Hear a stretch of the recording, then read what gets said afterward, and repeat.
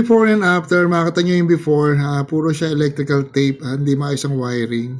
So inayos natin, organize na yung mga relay, puro sinkable tube na wala ng tape yan. Ito yung harness na tinanggal natin, makita nyo nababakbak na yung tape. Wala siya mga relay. Tapos ito pinalit natin, puro sinkable tube, naka-relay, naka-fuse, naka-terminal. Hello Les, hello mga Les, good morning. Yan, mag-video tayo. Meron tayo rito nga big bike, Honda CB650R. Ayan o. So, gagawin natin dito. Kasi may naka-install na to ng ilaw. Busina mga pat. Saka busina, meron na rin installed na. Ayan. Parang isa lang yung busina pat, no? PIA, kalahati lang. Tapos, nung chinek na yan, isa yung wiring, medyo hindi siya naayos sa wiring. Ito nyo, pakita natin. Ayan o. So, big bike to, napakadelikado pag ganyan mga wiring. Baka sumayad yung mga naka-electrical tape, ma-expose yung wire. Pwedeng short. Pwedeng usap yung wiring. Force pa na, baka mamaya, pati yung buong motor masunod. Yan, naka-carbon na oh. So, gagawin naman natin dito, install na natin ng bagong horn kasi isa lang yung horn nito eh. Tapos, re-rewire natin yung MDL. Yung MDL gagawin natin dito sa three-way niya, on-off lang. Pag naka-on, sumasabay na dito sa headlight switch yung high and low, saka yung passing, saka magkaka-passing ng MDL ni sir. So, yung mounting na rin, naka-bracket na naman eh. So, gagawin natin dito, wala nang mga ganito. Tatanggalin natin mga electrical tape. Yung gagawin natin, walang electrical tape, puro sinkable tube. Naka-terminal, naka-relay, naka-fuse. Para maayos. So, yung gagawin natin. Yung owner nito, matagal natin suking, 2020 pa. Diba mga NMOS B1 yung dito. 20 ba, sir? 2021. 2021, tagal na. Ganito rin yung naging motor ko, kulay blue din. Honda CB650R. So, maganda to, tunog pogi ito. Screamer. Nakakapon lahat. Ayan, naka-carbon sa kas. So, ito pambenta to, sir, no? Ayan, o. Yun ang maganda kay sir, yung owner nito.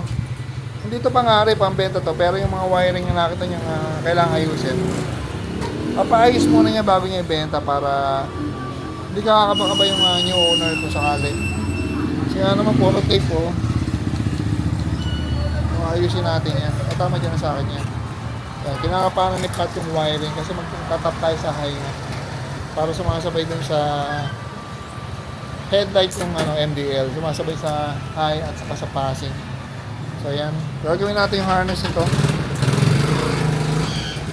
Anong chinek namin yung wiring, pakita ko na lang din para sa for awareness din, para yung mga gusto mong wiring. Meron siyang fuse. Problema yung fuse niya, kinuha lang dito sa fuse box. Siguro accessory lang ito dito. Kung dapat ito yung fuse sa battery, saka magkaka-fuse. Tapos wala siyang kinuhang supply dito sa battery ng busina saka sa ilaw. So, palagay ko lahat ng supply ng ilaw, busina, dito lang kinuha sa fuse box. Pati charger dito. Yung charger, sa negative lang siya nag-tap, no? Sa top ng battery. Dapat sa positive ng battery. Tapos trigger lang ng accessory wire. May mga relay ba, Pogi? Wala. Tapos wala rin siyang mga relay. Parang napakadelikado ng big bike naman dito. Magkano ng big bike? 500 plus. Kung nagka-problema, sayang. So, kung magkapawiring kayo, kahit saan magpawiring, okay lang naman. Check nyo na lang kung alam yung gagawin para hindi sayang papagawa nyo. Yan, big bike, walang relay. Mga lights, ito yung wiring na tinanggal natin dito sa CB650R na Honda. Ayan, ito lang siya. Wala siyang... Hindi siya gumamit ng relay. Tapos ito yung switch niya. Tapos makita niya puro electrical tape. Ayan.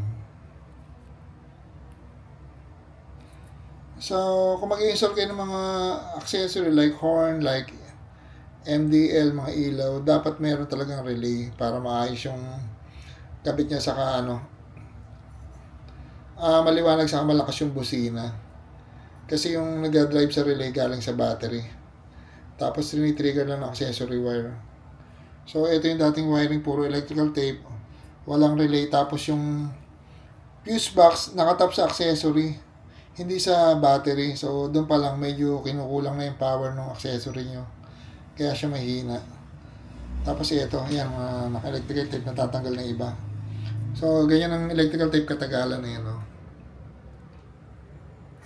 Ito ipapalit natin ng wiring. Ayan, makita nyo maayos. Dalawang relay para sa mini driving light, isang relay para sa busina. Lahat ng wire, naka-shrinkable tube. Tapos mga naka-terminal, ayan o, yung socket niya sa busina, terminal sa busina makapal. At insulated na rin, may insulator na kasama. Tapos naka-body ground. So, dumaan sa relay. Tapos from battery, naka-fuse yan, ayan o. Dadaan siya sa fuse, yung fuse ng busina, saka fuse ng MDL.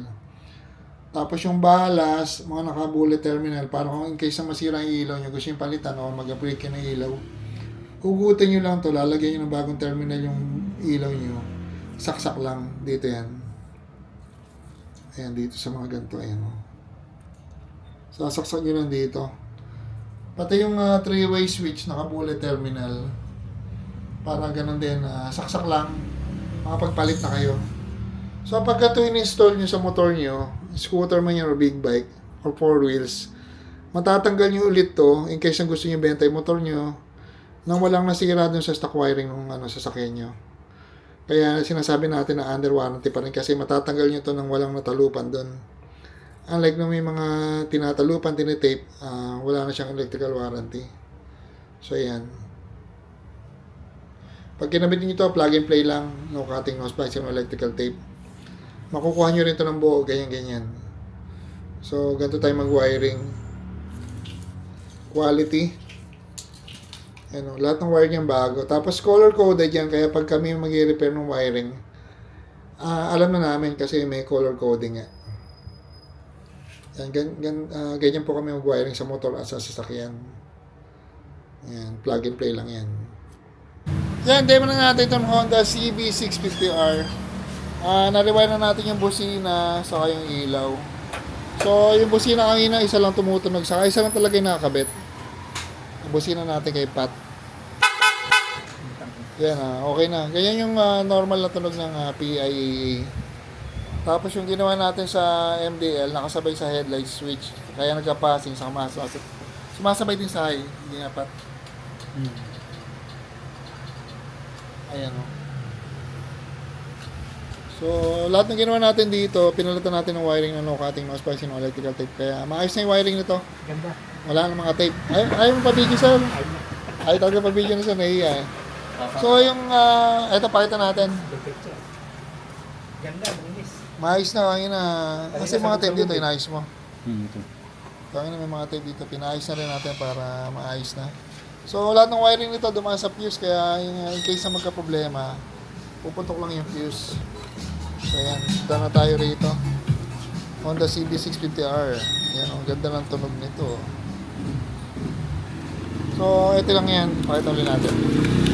Ito, on sa taas, on sa baba, off sa gitna. Pag naka-on, sabay na rito. Pati passing. Ayan, nagka-passing na. So, may passing na si sir, may low, saka high. Busina. Yun, okay na yung busina. Dala tayo rito mga LEDs. Yan, thank you.